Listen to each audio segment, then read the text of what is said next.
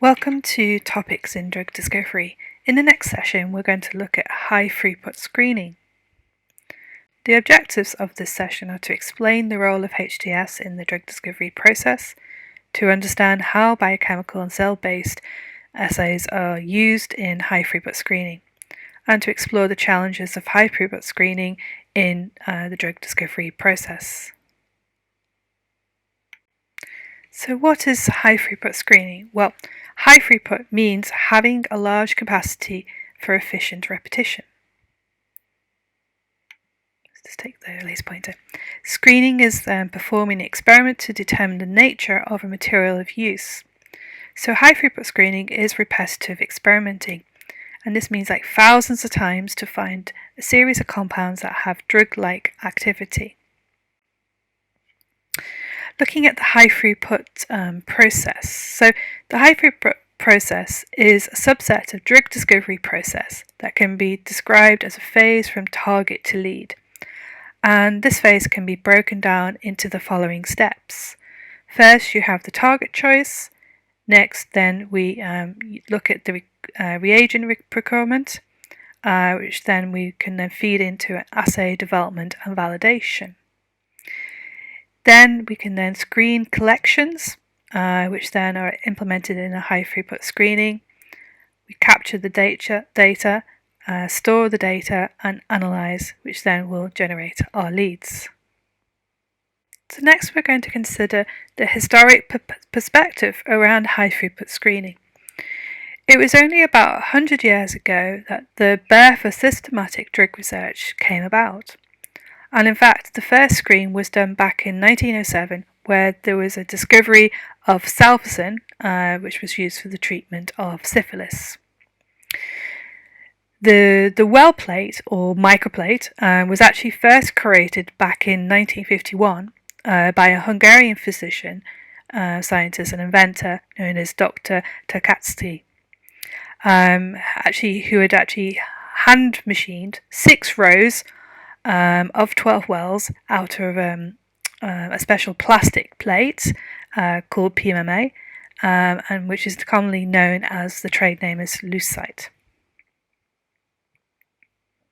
1 year later, Takacsi actually then invents the 96 well plate, which is commonly observed today, which has 8 rows. Okay, so A, B, C, D, E, F, G, H, and 12 columns. Some of the historic engineers that we've seen through the last century, back in 1961, Eppendorf actually released the first industrial manufactured piston stroke pipette, which looked a bit like this. In 1961, there was the first silicon chip from Kilby and Noce, and 1971, Hamilton then produced the first digital diluter. In 1974, Gilson then patented the mechanical basis of their adjustable pipette, and this is one of their first pipettes that they developed. This is the more common pipette that we recognise today in the lab. Back in 1982, Infotech starts to first build the first automated liquid handling workstation, which looks a bit like this. Back in 1990, Tomtech then developed the first 96 well channel liquid transfer device. So these are automated devices for transferring liquids. Focusing now on the multi-well plate.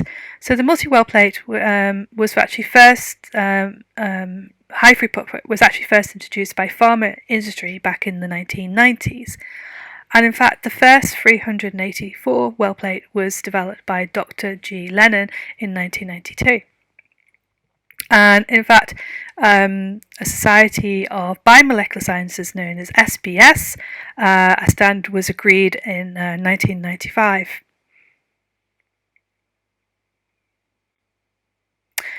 So the SBS standard was used then globally by all manufacturers. So for robotics, multi-channel pipetters, pipette tips, reservoirs, and plates. Manson Young, also known as Whatman, developed the first 1536 well plate. in 1996.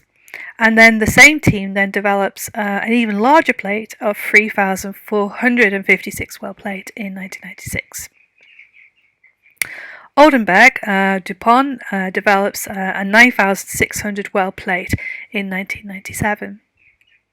And in the early kind of 21st century, acoustic transfer allows then for nanoliter dispensing.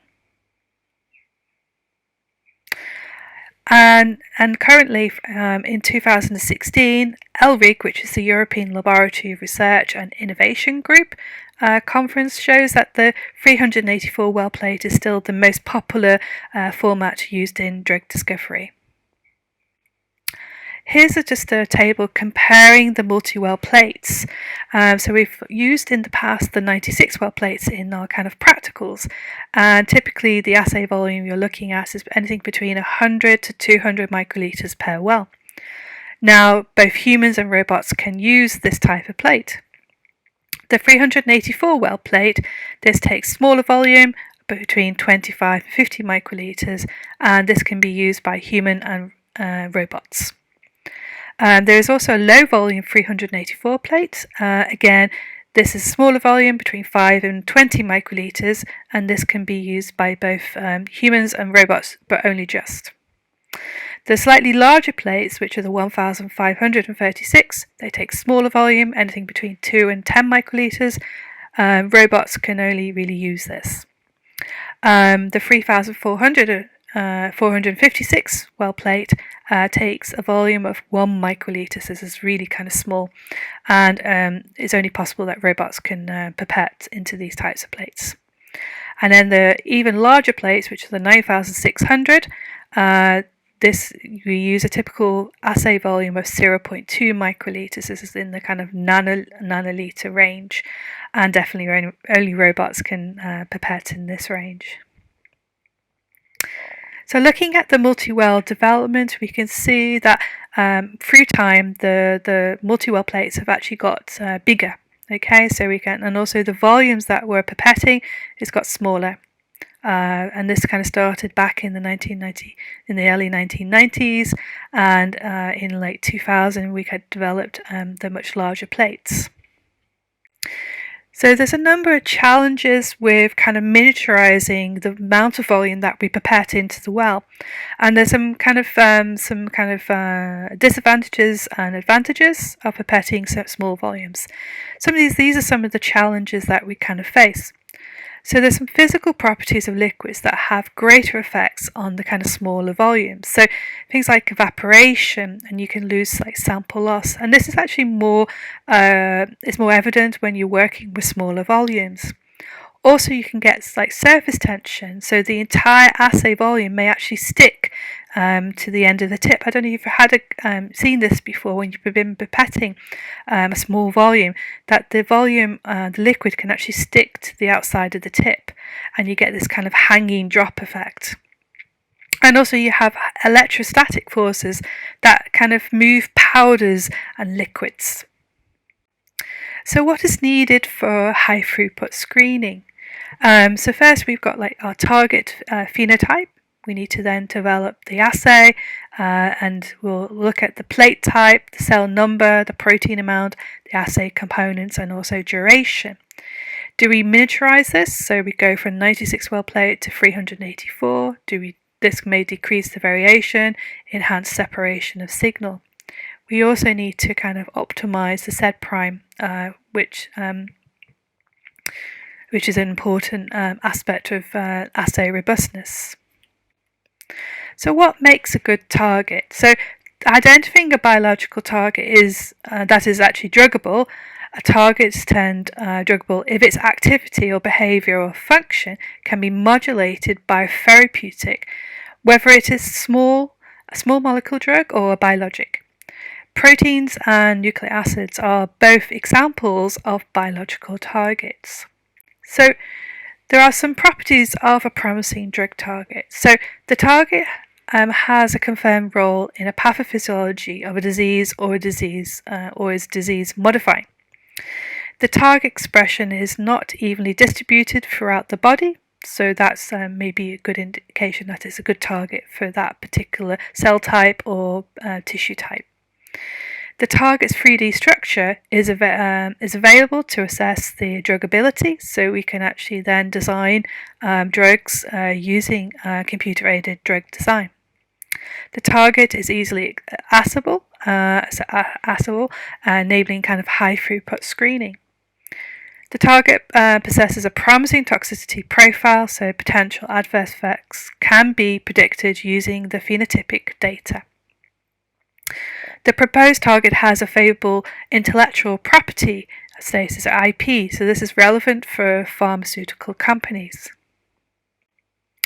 Some strategies for identifying drug targets. So how do we do this? So many targets are initially identified using scientific literature and public databases such as the Drug Bank, which I'll give the link to this after the session, and also the Therapeutic Target database known as TTD. So when it comes to advancing the drug discovery process, some are willing to accept more scientific risks to drive forward targets that perhaps have less information available, but also less competition, whereas others are bolder and willing to accept greater competition in the hopes of driving more established targets forward. This pie chart actually lists some of the distribution of first-in-class drugs across the target families, and what you can see, there's a spread of these targets. We have like 13%, which are GPCR, which are kind of the main kind of drugs on the market. We also have kinases, which are 10%, proteases at 8%. Here we've got ion channels at 7%. We've also got other enzymes, so at 23%, which is kind of our biggest class here. Other receptors, 7%, cytokines at 4%, and then other mechanisms at 90%, and then we have an 8%, which is unknown. So there are a number of strategies for identifying the drug targets. So besides the literature, there are numerous other target identification strategies which can be based on one or one of the two target identification strategies. The first is target deconvolution. So in this scenario, you begin with a drug that appears efficacious, and the drug is then targeted retrospectively.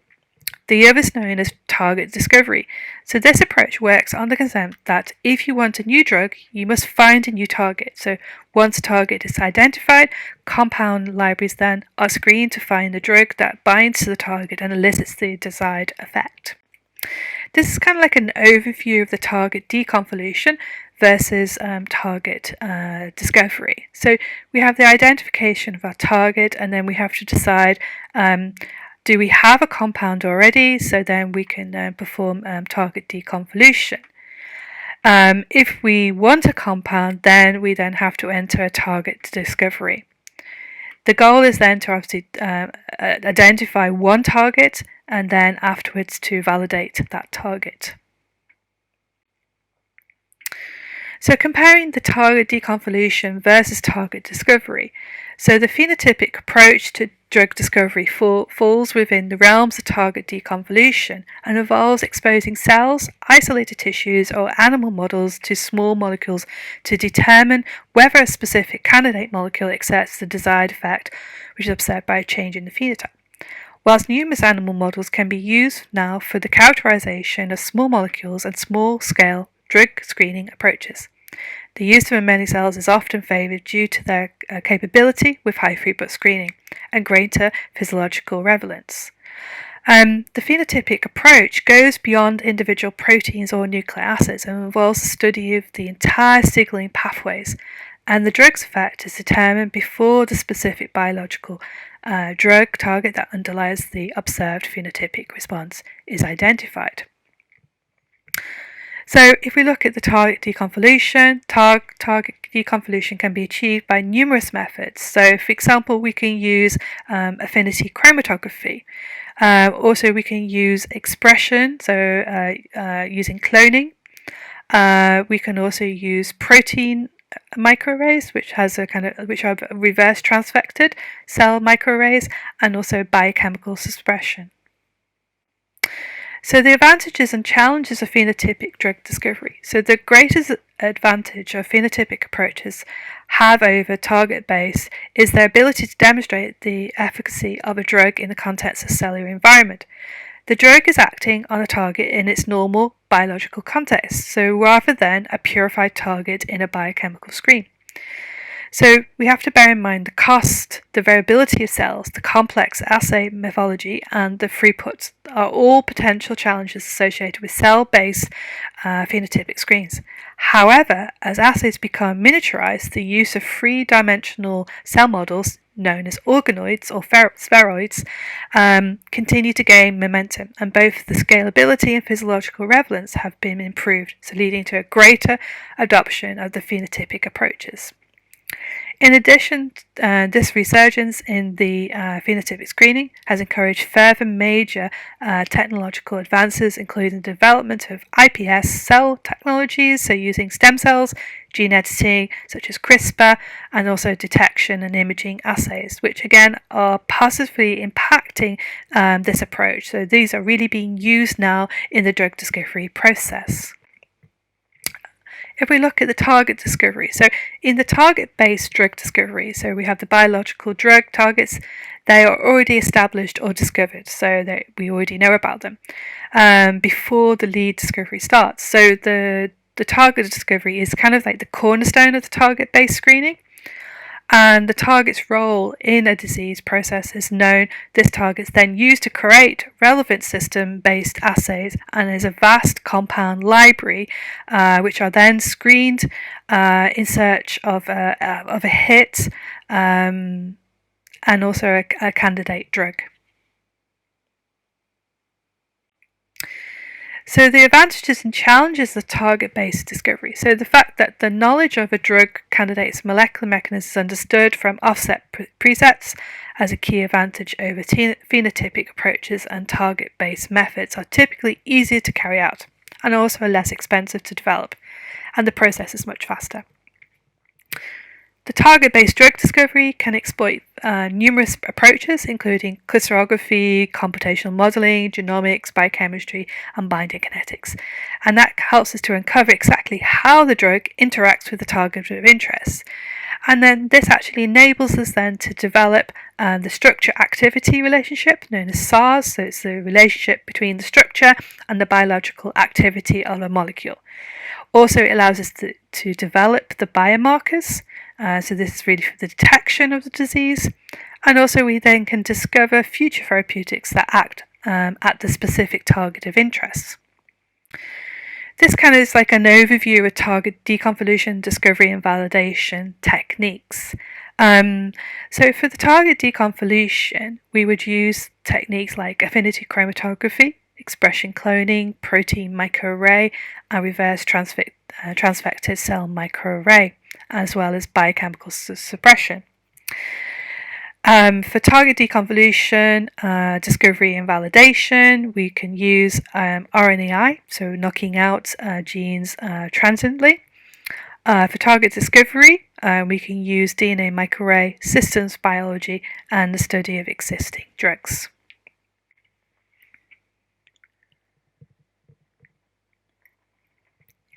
So validating drug targets. So target validation is a process of demonstrating the functional role of the identified target in the disease phenotype. So whilst the validation of a drug efficacy and toxicity in numerous disease-relevant cell models and animal models is extremely valuable, and the ultimate test is whether the drug works in a clinical setting. So target validation can be broken down into two key steps. First, we can have reproducibility, and two is introduce the variation to the ligand target environment. For the reproducibility, so once a drug is identified, whether it is via a specific technique or from the review of the literature, the first step is to repeat an experiment to confirm that it's been successfully reproduced. To introduce variation to the ligand drug target environment, it should be possible to modulate the drug's affinity to the target by modulating the activity of the drug molecule, and also varying the cell or tissue type should or should not alter the drug's effect. and also introducing mutations into the binding domain of the protein target should result in either modulation or loss of activity of the ligand drug from binding. If we look at the kind of siRNA approach, this is kind of like a schematic to show how siRNA works. So first we start off with the long double-stranded RNA, which comes from the hairpin complementary RNAs and RNA-dependent RNA polymerases. It is cleaved by the ribonuclease called DISA. Okay, so DISA. DISA cuts the long double-stranded to form this kind of short interfering duplex. Once the siRNA enters the cell, it kind of gets incorporated into proteins to form RISC. Okay, and once siRNA is part of this RISC complex, the siRNA is then unwound to form a single-stranded siRNA. The strand is then thermodynamically less stable due to its base pairing at the 5' end, and is chosen then to remain as part of the kind of the RISC complex. And what happens is the single-stranded siRNA, which is part of this RISC complex, now can scan and find the complementary messenger RNA. So once the single-stranded siRNA binds to the target messenger RNA, what it does, it induces a messenger RNA cleavage. And the messenger RNA is then cut and then recognized as abnormal to the cell. And this causes degradation of the messenger RNA and in turn will stop translation of the messenger RNA. And then you get silencing of the gene that encodes that messenger RNA. So using siRNA for target validation. So there are several different target validation techniques that can be used to elucidate target function. However, by far the most popular and most widely used approach utilizes the small interfering RNAs. The siRNAs allow you to kind of mimic the effect of a drug via messenger RNA modulation, so resulting in a kind of a temporary suppression of a gene product. And this would be your kind of drug target. So it's therefore possible to demonstrate the value of the target without actually using or having the drug. And if you observe a phenotypic effect that results from a decrease in that target protein, you confirm whether the target warrants further development. So there are a number of advantages and disadvantages of siRNA technology. Here are the kind of the advantages. So you can investigate the effect of inhibiting a potential target without having a drug. The siRNA enables you to mimic the effect of the drug more accurately than it would if you were to knock out the gene. The knowledge of the protein structure is not required to use siRNA, and siRNA is a fairly inexpensive method of target validation. There are some kind of disadvantages with siRNA. This includes the downregulating a gene is not the same as inhibiting a specific region of the gene product, so known as the target. The downregulating a gene can have more exaggerated effect compared to that seen from decreasing the concentration of the gene product. There's still some protein synthesis going on, so it's not actually possible to achieve 100% downregulation with siRNA. And in fact, siRNA delivery is actually challenging. So for assay development, the drug discovery assays must be as simple as possible, require few reagents, so then this kind of obviously reduces the costs, has minimal incubation, mixing and separation steps. It has to be cost effective. It needs to have a large window, so the difference between the positive and the negative results is really crucial. Okay, so there has to be a very clear difference between the negative and positive results. The official term is kind of wide dynamic range. And also the results need to be clearly interpretable. The assay needs to be easily automatable, so most things are with enough money. They need to be robust, so they need to be reproducible by different people and different robots. So there are a number of different assay types. So we've got biochemical assays. These are an interaction of biological molecules. They may require bespoke production. Not all targets are stable in kind of cell-free. You need to have direct target information and no off-target effects. You need a wider range of conditions which are usable, but doesn't require growth for cells. No signaling of information and is tolerant to toxic conditions. Also, simple mixing of reagents is possible, and assays can be then stored for long periods of time. Comparing cell-based assays, these use living cells, and so you requires a constant production of cells. Often this will require genetic manipulation and also gives kind of signaling information. These assays are sensitive to off-target effects, as we saw with RNAi. Only conditions are for living cells. Cytotoxins are easily identified and can be studied. Often complex assay conditions using cell-based assays, but these are more disease relevant. They are more expensive than the biochemical assays, but they can be used to find new targets.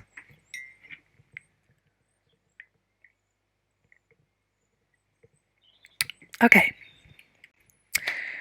So now focusing on an example of a biochemical assay. So I'm just going to give you a little bit of background around this assay. So this is kind of focusing on long non-coding RNAs, which are kind of a more important class of molecules that kind of help to control different key cellular events. The functional role of these is not really well understood, but there are thousands of kind of long coding RNAs, and the number of possible mechanisms which they act have been reported. And they're thought to exert regulatory function in the cells by kind of interacting with epigenetic enzymes. So in this assay, they're looking at the screening for small molecule modulators for long non-coding RNA protein interactions using this quite novel alpha screen. So in the first part here in A, this is showing the mechanisms of a protein known as brain-derived nerve growth factor, BDNF, which is a antisense it's an antisense antisense RNA. This is linked to something called EZH2, and they're looking at the interaction with the DNA. The BDNF antisense transcript interacts with this EZH2, which is an RNA kind of protein interaction, and it guides it kind of as it's kind of expressed epigenetically to the BDNF locus, which is kind of on the kind of RNA chromatin. So where the EZH2 is able to epigenetically silence BDNF gene expression. And the inhibition of BDNF antisense through this interaction can prevent EZH2 recruitment to the BDNF promoter, and then this results in an upregulation of the BDNF gene. This kind of explains how the assay works. So it uses a biotinylated long non-coding RNA of BDNF antisense, which has a flag tag EZH2 protein. They use anti-flag tagged acceptor beads. Okay, so they use these beads and streptavidin coated donor beads, which are added to each of the wells. And when there's activation or excitation of the donor beads at a kind of wavelength of 680 nanometers through kind of ambient oxygen, okay, which is elevated, they get excited state, and it excites the nearby molecules, which are kind of so these nearby acceptor molecules, which results in kind of a measurable emission at 570 nanometers. This is used to quantify the assay. And what they do, what they show is that the antisense RNA can associate with this EZH2, and it guides it to the epigenetically to repress BDNF gene expression. In our next example, this is a cell-based assay. And I'll just give you a little bit of background around the cell-based assay. So it's focusing on potassium selective channels. So potassium selective channels are the largest and kind of probably the most diverse group among all the ion channel family. This channel is kind of includes the voltage gated, inward rectifying and 2-pore calcium activated channels.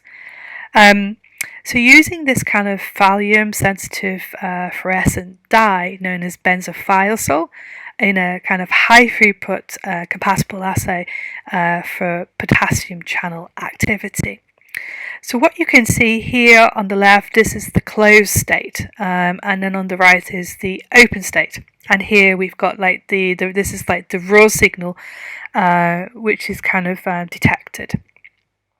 So to trigger the channel open, typically a high potassium solution is used to depolarize the membrane potential. The thallium then can enter or pass into the cells through this open channel. So when the potassium channel is open, the thallium can move inside. So upon the cytosolic thallium, which binds to a kind of dye, the fluorescent signal then can be kinetically measured, or it can kinetically increase. And so the raw trace is then kind of acquired, or the kind of the screening of the kind of opening of this channel. So what you can see is you've got a black line, a red line, and a blue line. Kind of represents the effect of the buffer control, and then you have the activator, and then here is the inhibitor. So cell-based assays, there are different cell lines which can be used in cell-based assays, and some examples of human cell lines are, for example, DU145, PC3, LN-CAP, which is a prostate cancer. There are also breast cancer cell lines, so MCF7, MDA, MB438, and T47D. For acute myeloid leukemia, we have THP1. We can also check out the ATCC and also ECAC cell line collections, which you can click on some of these links. When you go to some of these links, we can get information about the cells and about how to grow the cells. And this is an example of one collection. It has an ATC number of CRL 1573. Now we can see what cells look like in low density. So when there's very few cells growing on the plate, you can see that the cells are adherent, so they are kind of sticking down on the plastic, and you can see what they look like when they grow at a high density.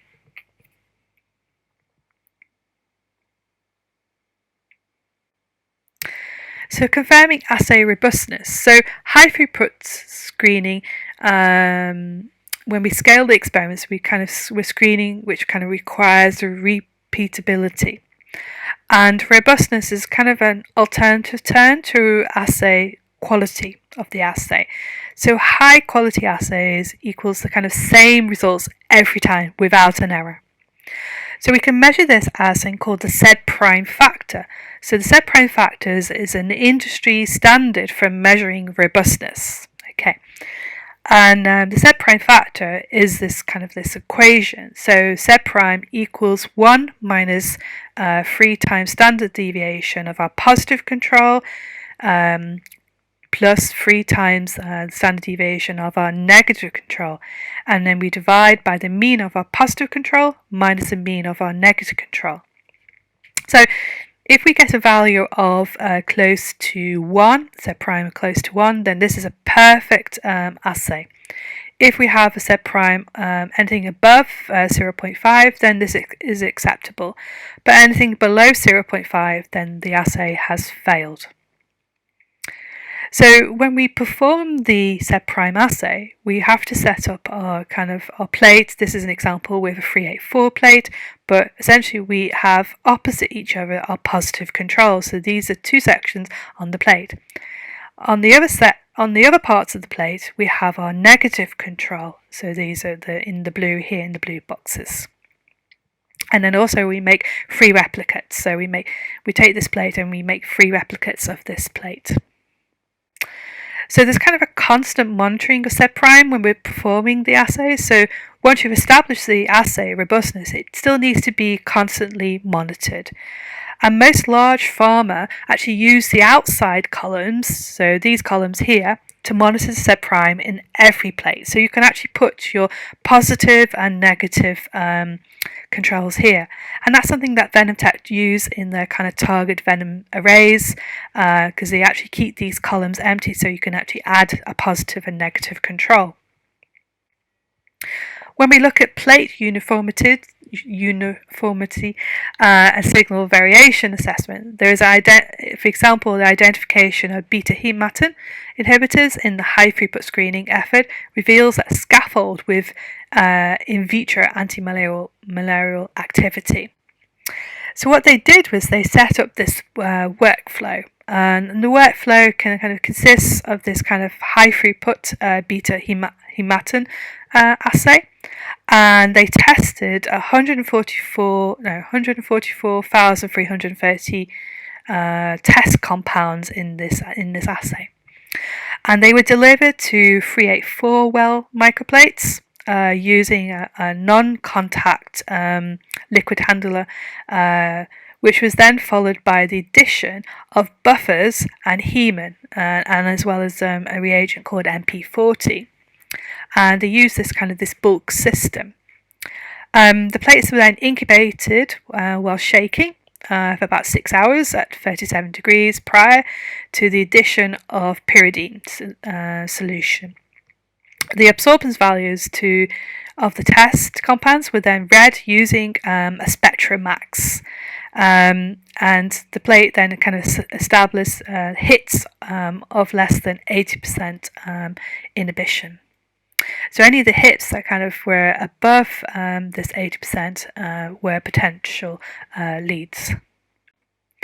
And when we look at the kind of plate uniformity and signal variability, the assessment of plate uniformity, so the reaction plates were then ran with a checkerboard pattern, so alternating wells of an acetate buffer, so that was their negative control. So you saw in the last example from VenomTech, they kept the end of the plates empty. Here they're actually selecting wells within the plate to keep empty, and they can use this as a way to measure the variability of their assay. So now we're going to move on to what is needed for high throughput screening. So next we're going to focus on the chemical libraries and synthetic natural products. So when we look at the chemical libraries, the chemical libraries are kind of made up of millions of drug-like compounds which are ready for screening, which are called the library. Now they're kept in these kind of large temperature-controlled warehouses, which kind of looks like this picture that we just looked at. They're all at the same concentration, and they're constantly being added to. So it's a big collection of different drug-like compounds. And the aliquots are kind of actually single barcoded tubes in DMSO. So this is quite useful for kind of long storage. DMSO is dimethyl sulfur oxide, which is a polar protic solvent, which dissolves the polar and non-polar agents. And so they use specialized robots working at a high temperature to pick the tubes and assemble the collections for dispensing into plates. Kind of just focusing now on the stability and process studies. So the stability and process study is kind of the initial high throughput assay validation. It will be necessary to actually examine all the reagents used in the assay for the following properties. So first we need to look at stability during production, storage stability, so for any kind of unused reagents that you may wish to store for future assays, emergence stability. So this is the stability of assay reagents at kind of room temperature in the unlikely event of a robotics failure. Also time course experiments to determine the range of acceptable times for each reagent in process.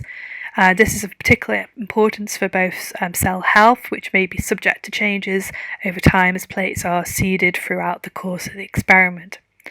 Now the study may run concurrently with the final steps of the kind of liquid handling validation process and will be kind of the responsibility of the assay development. Now focusing on some of the natural products. So these are kind of the first sources of drugs and still actually dominate the kind of physician's arsenal. We can get natural products from microbes, so all our current antibiotics have come from microbes or slight modifications of microbial compounds, so from penicillin onwards. We can also get complex mixtures that have been cleaned up, so these are deconvoluted and then synthesis needs to then be determined. We can obtain natural products from plants, so these are complex mixtures as above, and we've delivered different types of compounds including aspirin, Toxil, morphine plus others. We can also make natural products from peptides, so these are kind of simple libraries which then are usually only used in difficult assays such as deorphanation of GPCRs. So full versus targeted screening. So many large pharmaceutical companies have over 1 million compounds in their collection, and high throughput facilities can actually screen an entire library in less than 1 month. However, there is data analysis to do, and then also hit validation, also hit follow-up, which are kind of greater time cost than the high throughput screening. And so there are fewer or higher value hits than are preferred. So large cost of high throughput screening is through the reagents and the consumables, and some robotic pipette tips, for example, can cost anything between 50p to £1 each. So if you're thinking about scaling, then it can be very expensive. Also the use of in silico methods, so such as structural modelling, to narrow down the compound library to produce a targeted subset of a few 1,000 is actually interesting because compounds are then it's interesting, especially when the compounds are makes it more kind of cost effective. So what is needed for the high throughput screening? We need to do things like automation of the assay. And so how do we do automation? So we can actually look at liquid handling. Okay, so we can actually we can use different types of liquid handling devices. So we can use, for example, we can use our standard channel pipettes. These are kind of variable assay. This is for variable assay development. We can use the multi-channel pipettes, which kind of improves their productivity. Or we can use the automated multi-channel, which is kind of greater for ergonomics. There are a number of tools which are available for kind of small scale, so for kind of benchtop automation. Also replicators and multi-drops and washers. This is an example of one of the liquid handling machines. So why automate HTS? Well, cell culture would take many hours of man hours to grow cells ready for screening. And so liquid handling, if each of the kind of 384 well plate takes 10 seconds to prepare each reagent, a 2-reagent experiment would take 2 hours. So if you have 500,000 compounds screening with 2 reagents, it would take you 59 days at pipetting 24 hours, 7 days a week. So if we're measuring 1,560 assay plates, that would be around about 52 hours of constant plate reader use. Looking at automated cell culture, this is kind of cell-based assays. You could use 200 to 200,000 cells per well, and there's hundreds of millions of cells that are needed for high throughput screening. So both systems are used kind of for producing cells and proteins for HTS, and Select can actually manage up to 168 cell lines. So this is Select's system, which was designed with Pfizer, GSK, Merck and Bristol's Myers Squibb, and they produce batches of up to 300 assay ready plates. So this is a typical protocol for an automated cell culture. So on the Friday, we take out the flasks, the media, cell stock, and plates are then added to the carriers. So the carriers inside here. The flasks are then incubated at 37 degrees with 5% CO2, which is pumped in to the incubator as standard. So what does the robot do? Well, the robot removes the flask from the incubator and then decants the media from the flask. And then it washes the cells with PBS and then adds trypsin to detach the cells from the flasks. It stops the trypsin reaction by adding full media, okay? And then it dispenses the cells, it counts the cells, dispenses them into 384 well plates. Then it returns the plates to the incubator to attach and grow. On Monday morning, the scientists then remove the plates for high throughput screening. The new Hamilton Vantage platform is the latest addition to the Hamilton Robotics portfolio. It is designed to easily automate and integrate your laboratory process all in one platform. The Vantage features cutting-edge pipetting channels, efficient and independent robotics, and plenty of space for labware, consumables, and third-party devices. Labware and samples are detected and identified during loading using the latest camera technology, thereby allowing full process control and tracking. In addition to labware detection and sample identification, the Vantage large volume range pipetting offers assay flexibility, while automatic transportation of labware minimizes programming efforts and increases assay efficiency. The Hamilton Vantage is designed to efficiently automate processes of all complexities. Besides automatic labware transportation, the Vantage also offers large storage capacity for tips and plates within the closed housing. The Vantage features multi-probe core heads in both 96 and 384 well formats. The compressed O-ring expansion technology secures disposable tips with minimal force, while the forceless tip eject ensures aerosol-free tip reuse or disposal in one of the definable waste compartments. Pressure and capacitive liquid level detection and pressure monitoring during each pipetting step ensures that the highest pipetting accuracy and reliability is met while maximizing sample safety. The Hamilton Vantage can accommodate up to 16 individual pipetting channels on one arm. Channels accommodate all sizes of Hamilton disposable tips. With increased positioning accuracy of the channels and arms, the labware that can be used on the Vantage has virtually no limit. Whether your application uses tubes, troughs, deep well, 96 well, or up to 1536 well plates, the Hamilton Vantage can address all labware and volumes with just one arm and one channel type. High hit-picking rates over plates or tubes is also achieved through the independent Y-spread of the channels. The completely new nanopulse channel offers a dynamic range of less than half a microliter up to 1,000 microliters. During a low-volume dispense, a microvalve built into the channel opens for a fraction of a second and releases just enough pressure to the liquid column underneath, releasing the exact amount of liquid defined. The entire process is monitored by a pressure sensor in the liquid channel.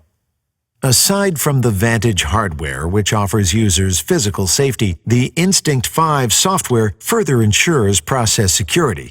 The software is accessible to varying user knowledge levels and has the flexibility to allow multiple users to run assays on one instrument or across a network of instruments. Instinct 5 brings an easier-than-ever graphical user interface to lab automation users. Through a clear visual interface, users can draw a laboratory process in a lab technician's language, while most values required to run the instrument are automatically programmed behind the scenes. Built-in dynamic scheduling maximizes instrument efficiency by running multiple activities in parallel. Users are also able to monitor the status of each assay in real time. Instinct 5 also helps minimize experiment setup time through 3D simulation of all robotic movements before and during a run. For custom programming needs and fine-tuned liquid handling, the Vantage offers users an advanced editor. Among the best in the industry, Instinct 5 provides multiple, traceable error recovery strategies and incident handling options designed to keep your assays running. The Hamilton Vantage also enables large integrations by offering expansion modules, including the track gripper and logistics cabinet. The expandable system design grants instrument access below deck for third-party devices, as well as provides tip and plate shuttles for increased sample throughput. To maximize lab space efficiency, as well as to optimize pipetting and transportation activities, the Vantage features the track gripper. This vertical gripper moves independently of the pipetting arm and can reach any spot on or below the pipetting workspace in the logistics cabinet within seconds. Multiple levels of third-party devices can be integrated below deck, such as readers, washers, incubators, and shakers.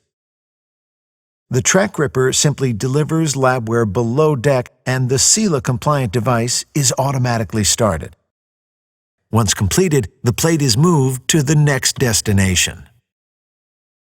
In addition to third-party devices, the logistics cabinet can accommodate entry-exits which serve as shuttles for plates, tips, or even labware prepared for disposal. Magazines containing labware can be placed in any of 4 positions, holding up to 144 plates in one entry-exit. A barcode option can also be added for full sample and consumable traceability. In all, the Hamilton Vantage offers users integrated simplicity. From desktop solutions to large integrations, the Vantage optimizes lab space and instrument usage of entire laboratories. For more information, contact your local Hamilton representative today.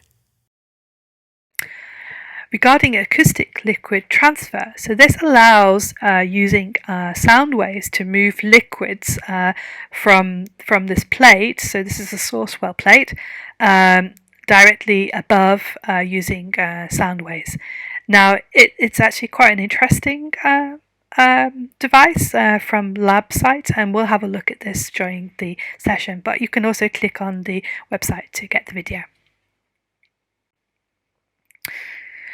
So for measuring, so how do we measure our plates? So all assays have a measurable endpoint. So there are kind of multiple types of readers for each type of plate. So we have microplate formats, so for 96, 384, 1536 well plate. And there's kind of a serial connectivity for seamless integration and to have accurate reproducible measurements. The same hardware is usable in the assay, and the development is to allow kind of smooth transition to high throughput screening. So we can integrate the liquid handling with the plate reader using kind of a robotic automated lab system. So we can put this all together then with the robotic arms, which then move the plates between the modular equipment, so such as the incubator, the reader, and the liquid handling stations for full hands-on free automation. So what's the future of high throughput screening? Well, we need to slow down the drive for miniaturisation. So in 20 years since the invention of the 1536 well plate, the 384 well plate is still the most popular format. The focus now is more on the kind of high content screening, so richer data, and also the use of in silico screening. So there is a big drive now to use artificial intelligence, and this will help us to then save money, and then we only need to do wet screen targeted subset libraries. Also, the novel detection technologies to identify novel kind of target classes. So we have some kind of established target classes, so things like kinases, phosphatases, oxoreductases, transferases. But these are actually a list of kind of novel target classes, so things like ion channels, transporters, transmembrane receptors, signaling pathways, protein-protein interactions, etc. Anyway, so that kind of finishes our kind of session on high throughput screening. On the slide, there's a number of additional resources to take a look at. So have a look at Hill and Rang, Drug Discovery and Development. There's a chapter on high throughput screening. This is a link to, if you're interested to learn about how the well plate has been developed through time. There is some information about recommended microplate specifications for an SBS. There's a couple of papers here to have a look at. So we've got applications to drug discovery. Here's like it's a SALS lab autopedia, so that's all about kind of automated liquid handling. There's a review on cell culture automation. So I mean, obviously, just choose some of these to have a look at. There's also, this is on academic screening goes high throughput. Automated compound management evolves to meet the drug discovery demands of the future. And then finally, the screening for small molecule modulators of long non-coding RNA protein interactions using the alpha screen. So anyway, that kind of finishes our session today, and hopefully I'll see you in the session. So this is an example of a robotic liquid handling available from Vantage, made by Hamilton.